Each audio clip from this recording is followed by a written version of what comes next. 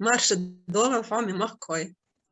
Тахан деза дедуин асдер алдошу маршон денца. Здравствуйте, дорогие гости. Не все участники нашей конференции подсоединились. Вот я вижу профессор Ландсбергис. Добрый день. На профессора.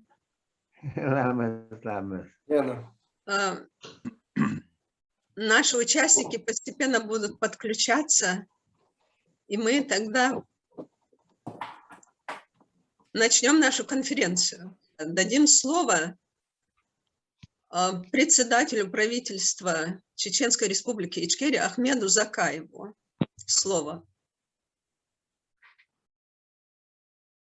Аминат, спасибо, Аминат.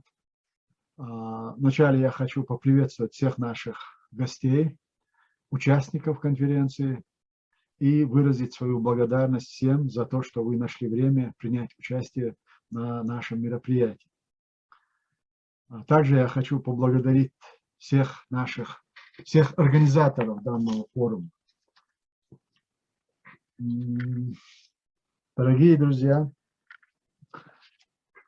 30-я годовщина со дня провозглашения независимости чеченским народом и принятия законодательного акта о государственном суверенитете органами государственной власти республики, этот день, несомненно, знаменателен для всех чеченцев, как историческая веха реализации многовековой борьбы за свободу и независимость. Данный шаг был продиктован в соответствии с одним из основных принципов международного права, правом народа на самоопределение, означающего право каждого народа самостоятельно решать вопрос о форме своего государственного устройства. Уже более 25 лет я являюсь непосредственным участником военно-политических процессов в Чеченской Республике.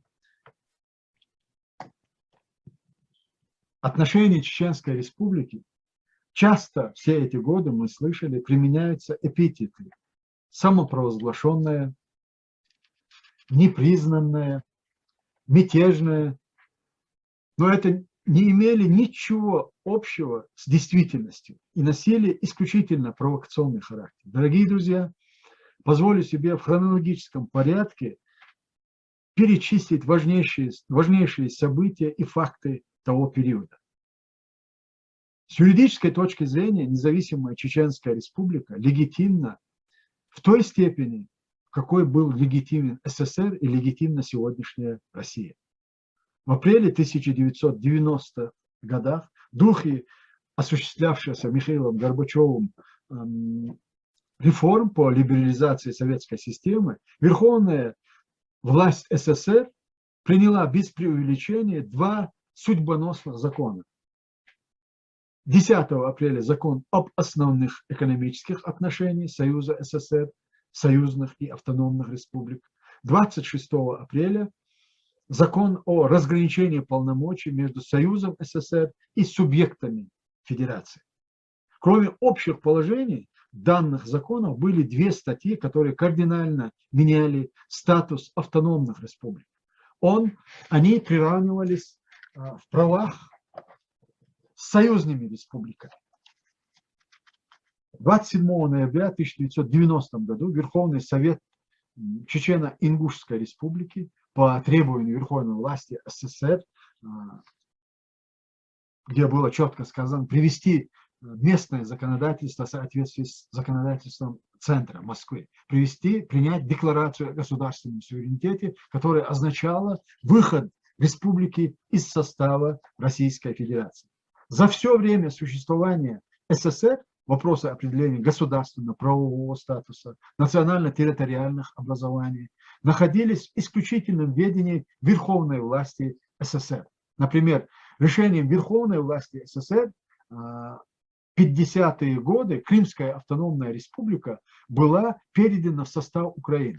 Именно Верховный Совет СССР в свое время передал в состав Российской РСФСР захваченные во время Вторую мировую войну Кёнигсберг и ряд японских островов.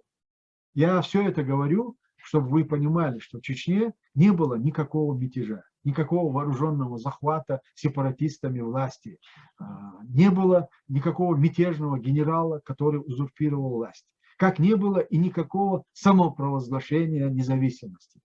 Как я говорил выше, суверенитет Чеченской Республики был абсолютно легитимен с точки зрения тогдашнего советского и российского законодательства, а также международного права.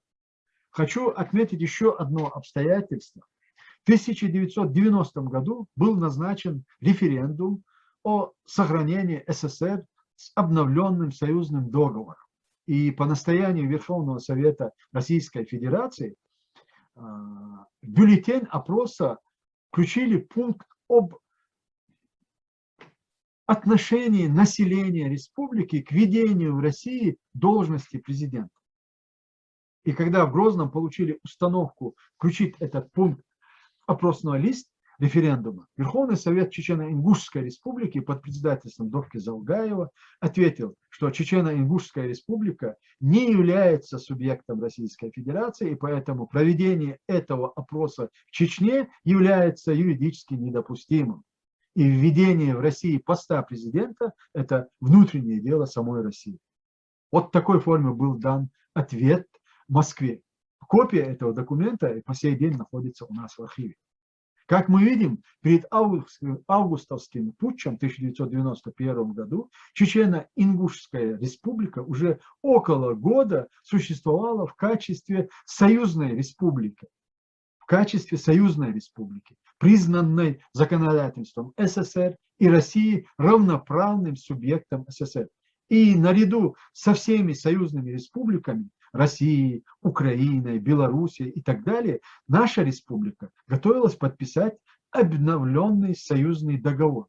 Вот такова была политическая и правовая ситуация в Чечне в момент путча в Москве.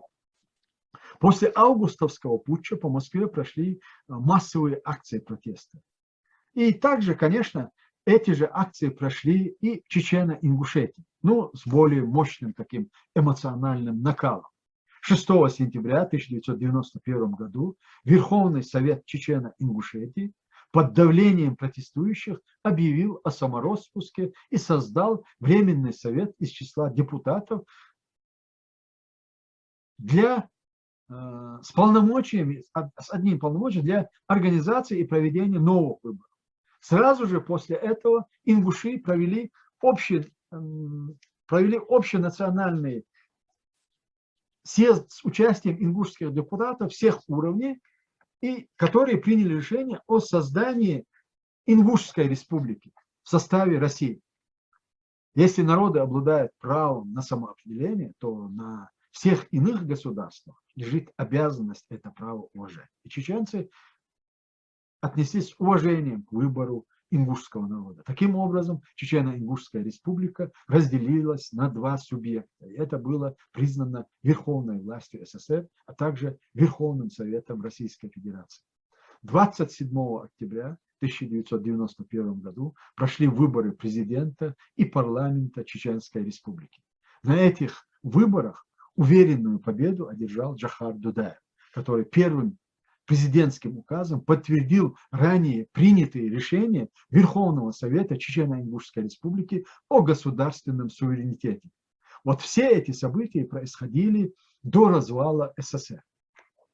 После развала СССР равнозначный статус Чеченской Республики Россия признала в 1992 году при официальном разделе оружия и имущества бывшей советской армии, оставшегося в Чеченской Республике. Как известно, такой же раздел произошел между Россией и другими субъектами СССР.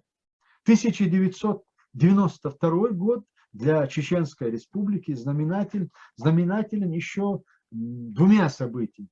Первое, в этом году была принята наша Конституция, закрепившая статус Чеченской Республики в качестве демократического суверенного государства.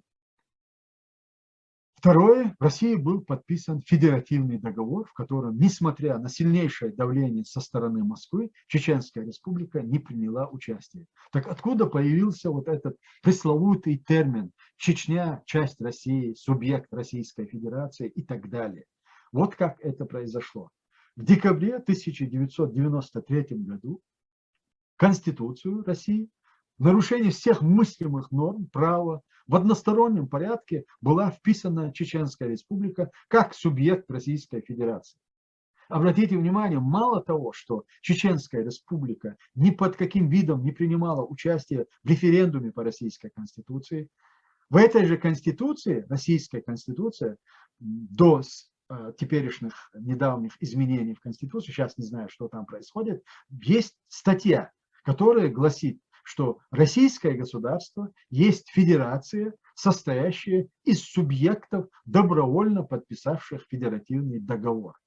Снова хочу напомнить, что Чеченская республика федеративный договор не подписывала с Россией.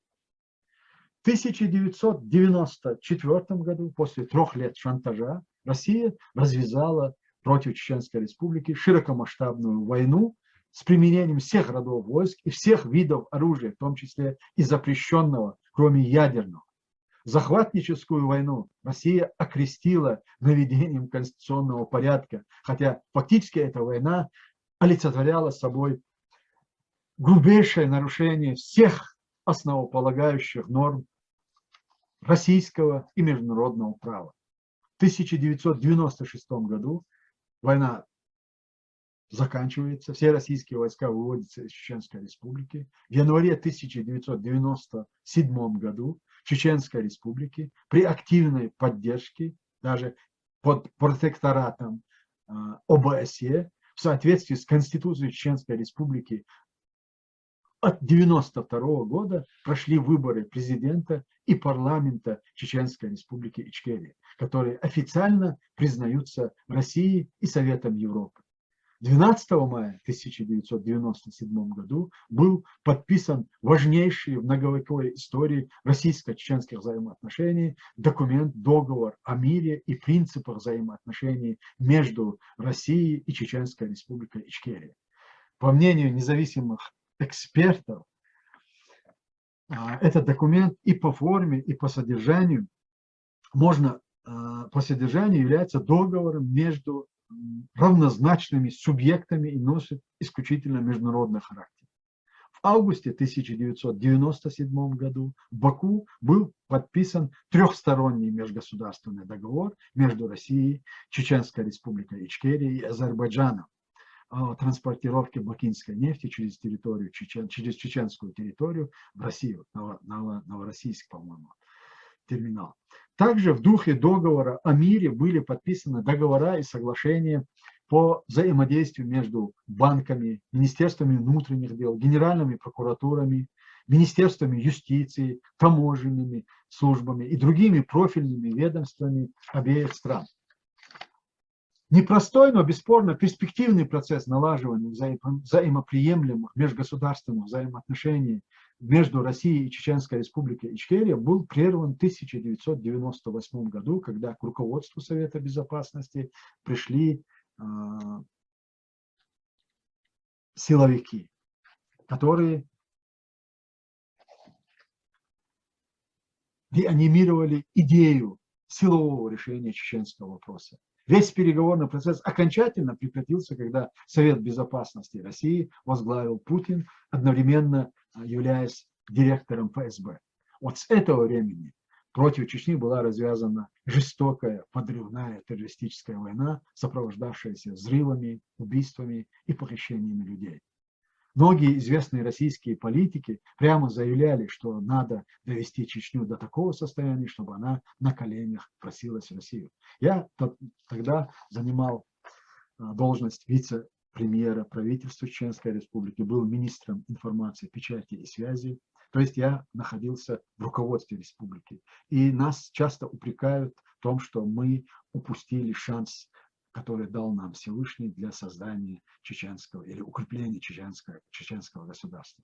Я признаю, не снимая с себя ответственность за все, что мы не сумели противостоять вот именно вот этим методам. Чеченский народ, если он в открытой войне сумел отстоять свою независимость и свободу, а вот в этих методах спецслужб, которые были использованы российскими спецслужбами на территории Чечни, мы не в состоянии были противостоять этому, и мы не были готовы, потому что после той жесточайшей войны, которая прошла в Чечне, мы не успели, и у нас не было времени восстановить необходимые для противостояния этим методам силовые структуры.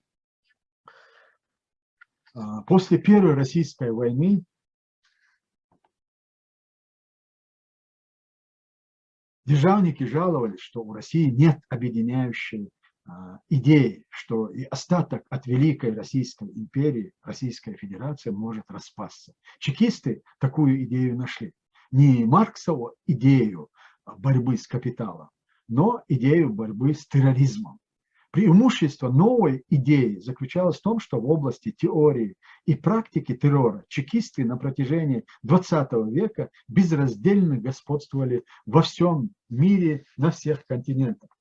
Тому доказательством являются архивные документы покойного Владимира Буковского, которые ему удалось вывести в 1998 году, когда его пригласили в Москву на какие-то мероприятия.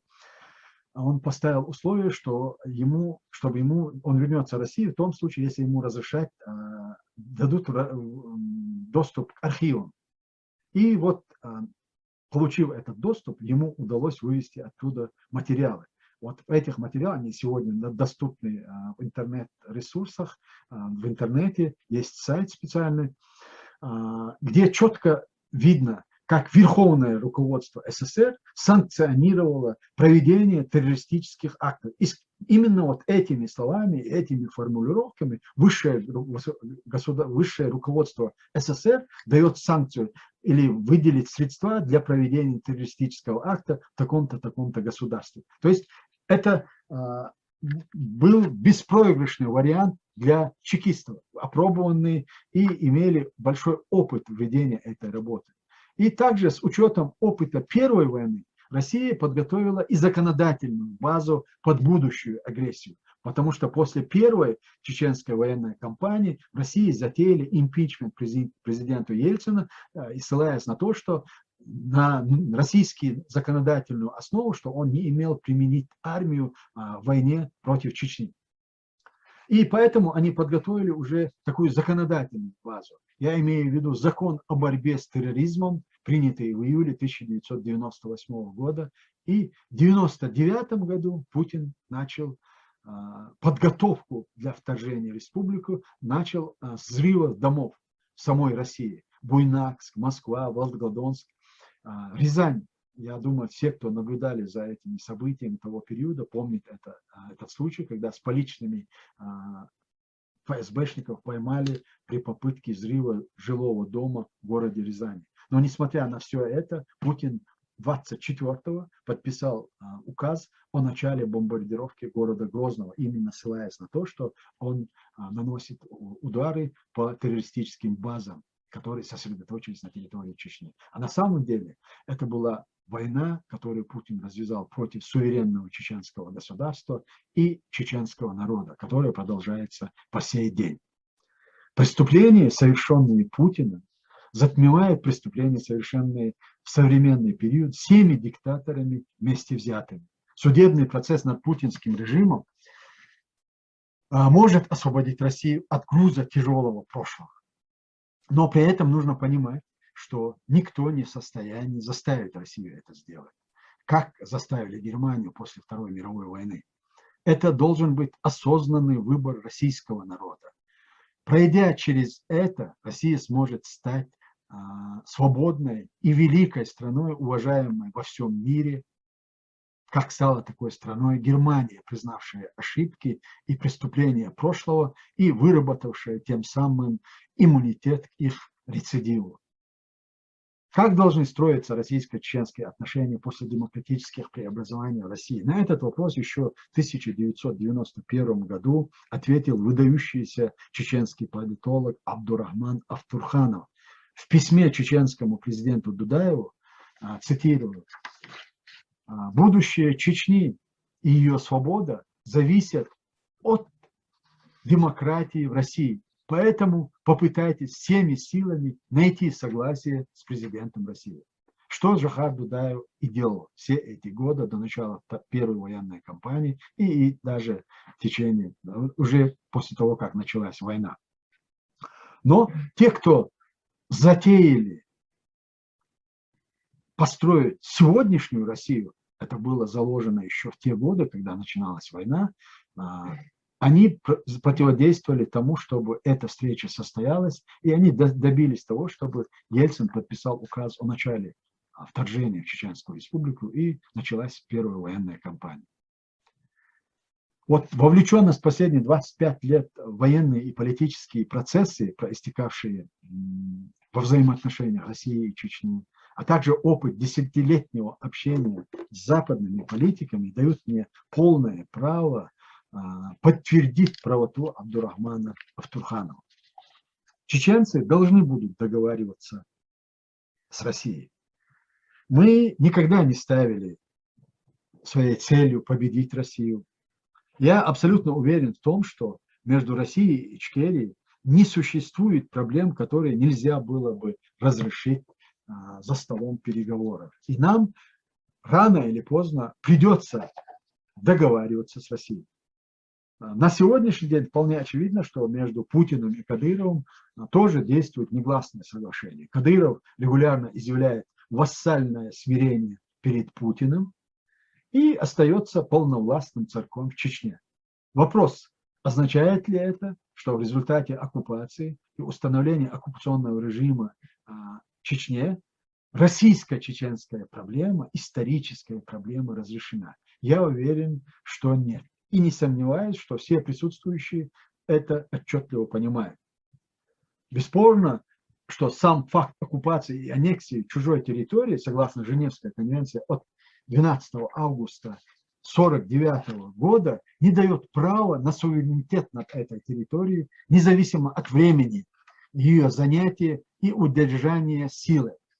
На сегодняшний день нужно признать, что ЧРИ, Чеченская республика Ичкерия, де-факто находится под оккупацией Российской Федерации.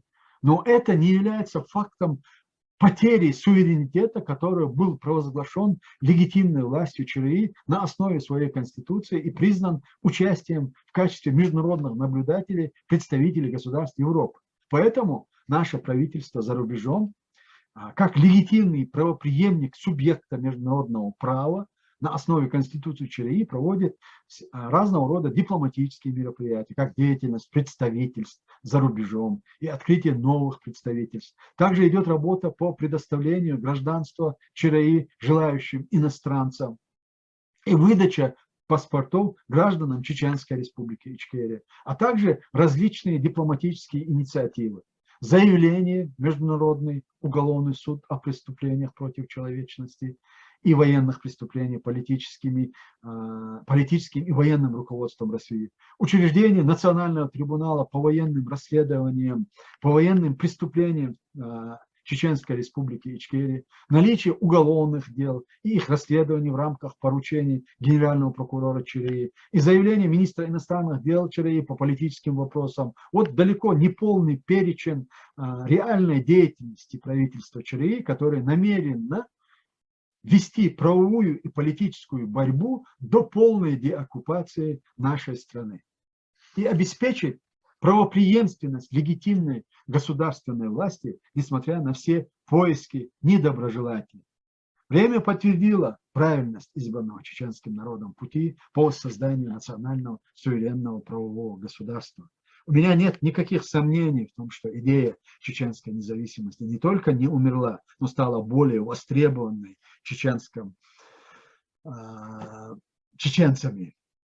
Сегодня чеченское население в основном правильно понимает, что такое независимость, осознает, что независимое государство – это не только привилегии, но это очень большая ответственность. Да, сегодня нет таких громких эмоциональных возгласов, которые были актуальны 20 лет назад, 30 лет назад. Свобода или смерть. Сегодня актуален лозунг «Свобода и жизнь». Чеченский народ не смирился с оккупацией, и тот факт, что треть часть нашего населения эмигрировала в европейские страны, является показателем того, каково настоящее отношение чеченцев к оккупации своей страны. Чеченцы не забыли преступления, совершенные под российским флагом, и не забудут, и будут жить с этим до тех пор, пока не будет восстановлена чеченская государственность. Спасибо за внимание. Огромное спасибо. И я очень извиняюсь, что я вас долго так занимал, но для нас это было очень важно, потому что все эти моменты, о которых мы сейчас говорили, они носят судьбоносный характер для чеченцев и для чеченского народа и в настоящем, и в будущем. Еще раз огромное спасибо. Всего доброго. Аминат, я закончил.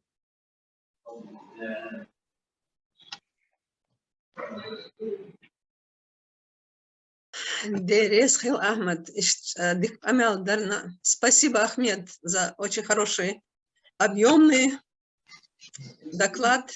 Теперь я хотела бы дать слово нашему давнему другу, который хорошо знает чеченскую историю и не раз бывал в Чечении, общался с первым президентом Чеченской Республики Джохаром Дудаевым, профессор, преподаватель Тбилисского университета Мираб Чухуа.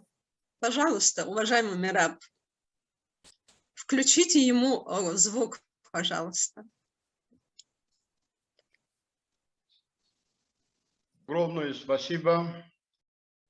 Если вы слышите хорошо, хочу еще раз подтвердить мою любовь и уважение к чеченскому народу, всем чеченцам, присутствующим во всем мире. Действительно, правда, о которой рассказывал господин Ахмед и господин Рихван, это историческая правда. Потому что воля чеченского народа быть свободным, она по всем правилам международного права была соблюдена и защищена самими чеченцами. Но когда настал момент мирового голоса и поддержки, не было этой поддержки. Я хочу повторить слова американского политического деятеля и эксперта высочайшего класса господина Збигнева Бжезинского, который сказал настоящую правду и истину. Чечня стала кладбищем моральных ценностей, почитавшихся западным миром. Никто не может сегодня сказать, что мы стояли на высоком уровне и на страже выбора чеченского народа. Потому что не было поддержки. А на самом деле чеченские лидеры, чеченский народ единственным мирным путем, развивая свою свободу и стремление, добились этой независимости. Суверенитет как-то не так звучит для меня, как не юриста. Главное – это независимость. Она и была. Да. Чеченцы и ингуши разошлись мирно, когда ингуши из-за территориальных претензий к России оставались в составе России надеждой вернуть свои территории, которые находились вне Чечено-Ингушетии и вне Ингушетии. Я думаю, что единственная причина, которая тогда сыграла свою роль о выборе ингушского народа, как раз был этот момент. А чеченцы, зная все свои территории и волю народа, выбрали путь референдума и выборов, которые состоялись. Лично я могу сказать, что присутствовал на этих выборах, начиная с первых выборов Чеченской Республики Ичкерия. И помню, президент, выдающийся деятель, выдающийся чеченец и кавказец, великий гуманист Джохар Дудаев сказал: да будет, станет Чечня Ичкерией, так же, как Грузия есть Иберия. Он как бы свой голос развивал из Чечни с грузинским голосом, который тоже, как государство, тогда стремился к свободе. И наша свобода состоялась. Но на Кавказе мы, хочу отметить, это печально сказать, недооценили чеченскую волю. Первый президент и символ грузинской свободы Зviad Gamsakhurdия хотел признавать чеченскую независимость. Начиная 1991 года, сентября, как раз после 6 сентября, я гостевал у господина Джохара Дудаева, и он подготовил тогда документы для признания.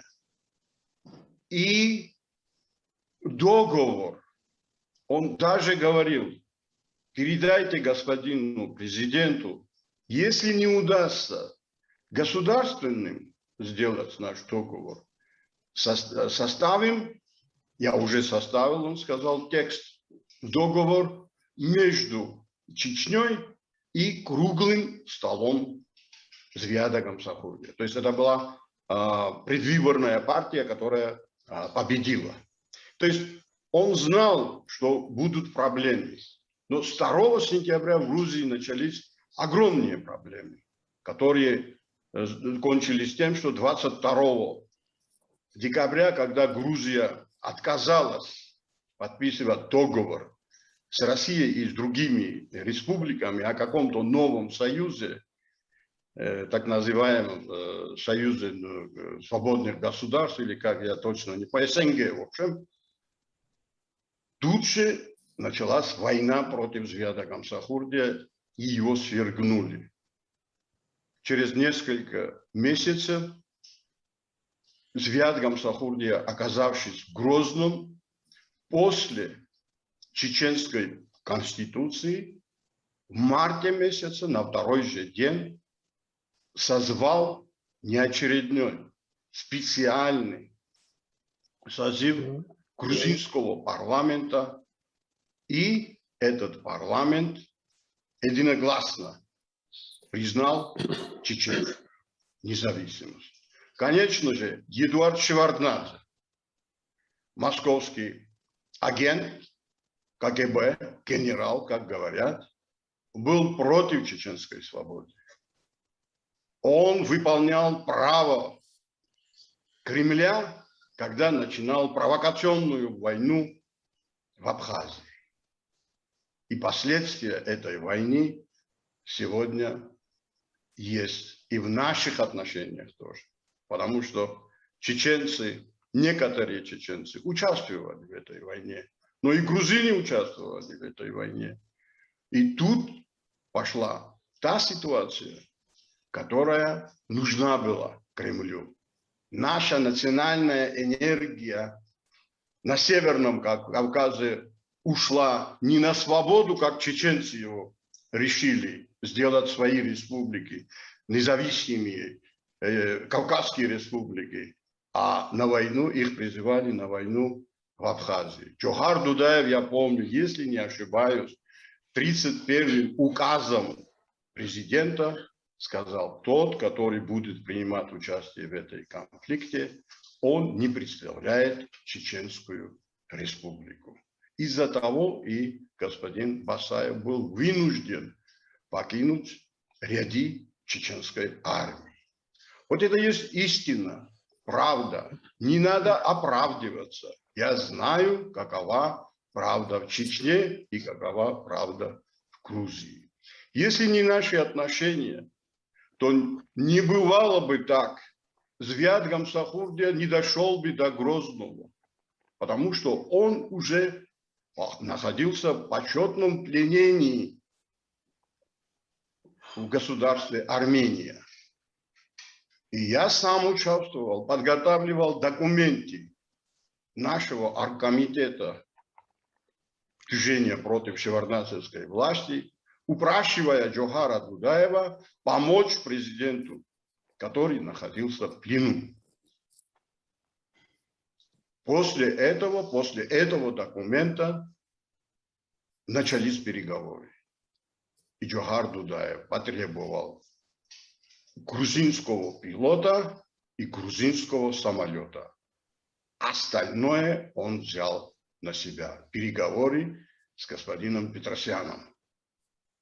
И результат мы видели. Не только живого грузинского президента, его соратников и его семью мы видели в Грозном, но и кладбище в течение нескольких лет находился в Грозном. Это была заслуга всего чеченского народа и республика Ичкерия, которая по силу возможностей поддерживала Грузию. Сегодня, конечно же, тяжелейшая ситуация в Чечне. Грузия имеет последствия со времен Шеварднадзе, имеет тяжелые ранения на свою политическую карту и, к сожалению, не может поддерживать чеченскую свободу и чеченское движение, мировое движение. Но у меня остались и есть, и по сей день я и миллионы в Грузии, я говорю правду, поддерживают республику Ичкерия и любят его. У меня мой взгляд, и хочу этого зачитать, о независимости Чечни и о чеченцах. Если вы мне дадите 5 минут, я этого думаю, что успею зачитать. Когда думаешь о независимости Чечни, перед нами... Попадает или у меня, или у всех. Pardon? Как? Слушаем вас, Мераби, слушаем. Да. Вырисовываются все препятствия, через которые прошла чеченская гордая нация. Можно смело сказать, что если война XIX века за свободу и независимость отличает самоотверженную борьбу черкесского народа и имамата Шамиля против России, то 20 век на Кавказе надо рассматривать как век героической войны чеченцев. Они были вынуждены, но они смогли сделать практически невозможное, даже в руках с оружием. Я как очевидец помню, когда российские агрессоры впервые появились со стороны Дагестана, какова была реакция чеченских воинов, патриотов, чеченского народа. Никакой паники и страха перед лицом российской военной махины. Однако надо вспомнить, что чего ожидали накануне так называемые военные эксперты, эксперты Кавказа и сам российский военный министр Грачев.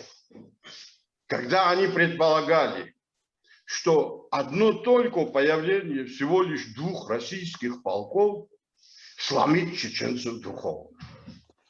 Как правильно заметила в свое время Валерия Новодворская, Джохар Дудаев ожидал совсем другого от своих соратников. И реакция была адекватная. Он вскочил и сказал, описывает ситуацию Новодворская: свершилось. Да, с этим началась самая тяжелая война на Кавказе, когда плохо вооруженные чеченцы только с пулеметами и автоматами в руках пошли против самых жестоких оккупантов. Мое внимание привлекали и другие вещи. В мирное время многие чеченцы добились немалых финансовых успехов и в России, и в Европе. Построили роскошные дома и заполнили Грозный автомобилями последних моделей. А что случилось, когда началась война? Практически все самолюбящие чеченцы вскрыли крыши с этих драгоценных машин, установили пулеметы и пошли на войну. Более того, почти все члены правительства Джохара Дудаева, мэры городов, возглавляли отряды добровольцев и героически прославили свое имя и легитимное правительство Ичкерии. Наш нынешний премьер-министр, глава правительства Ичкерии, господин Ахмед Закаев, будучи министром культуры, также стал полевым генералом. Еще одна особенность, появившаяся тогда на поле боя в национальном характере чеченцев, заключается в том, что в дилемме между законами войны и достоинством чеченские патриоты выбирали только достоинство. Иногда напротив собственного здоровья и жизни. Что я имею в виду? Вспоминаем, как город Грозный покинули его защитники. Как они прошли через заминирование поля. И все же сложно объяснить, каким образом более чем 2000 хорошо вооруженных боевиков смогли прорваться через отцепление из 60 тысяч солдат федеральных войск России. И это в разгар одного из самых кровопролитных конфликтов в Европе со времен Второй мировой войны. Их сопровождали чеченцы, плененные русские командиры и солдаты. А что сделали чеченцы? Невероятная вещь. Плененных не пустили вперед. Они пошли своей дорогой. Сначала чеченские войны, а потом российские плененные солдаты. Думаю, это было нарушение всех правил войны, но чеченцы не решились. Они поступили морально, уделили большое внимание на войне достоинству. Но из-за этого многие командиры были ранены и даже убиты. Из-за этого чеченский отряд понес тяжелые потери. Погибли из лучших стропилов и мэр Грозного Леча Дудаева. А Басаеву ампутировали ногу. И кто посчитает, сколько неизвестных чеченских воинов, рыцарей взорвались на заминированной дороге. Но таков характер воюющих чеченцев.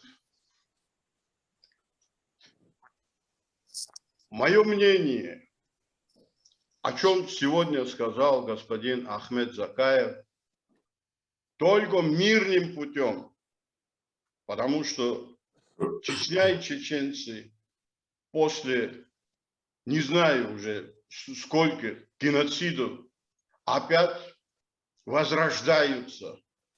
А мирный путь референдумов и движений, если сегодняшнее мировое сообщество поддержит Чечню, и если Грузия станет на рельсе Пиада Гамсахурдия, думаю, что чеченская свобода настанет, и будем иметь на Кавказе, на Северном Кавказе достойную, свободную республику героического чеченского народа. Всего наилучшего.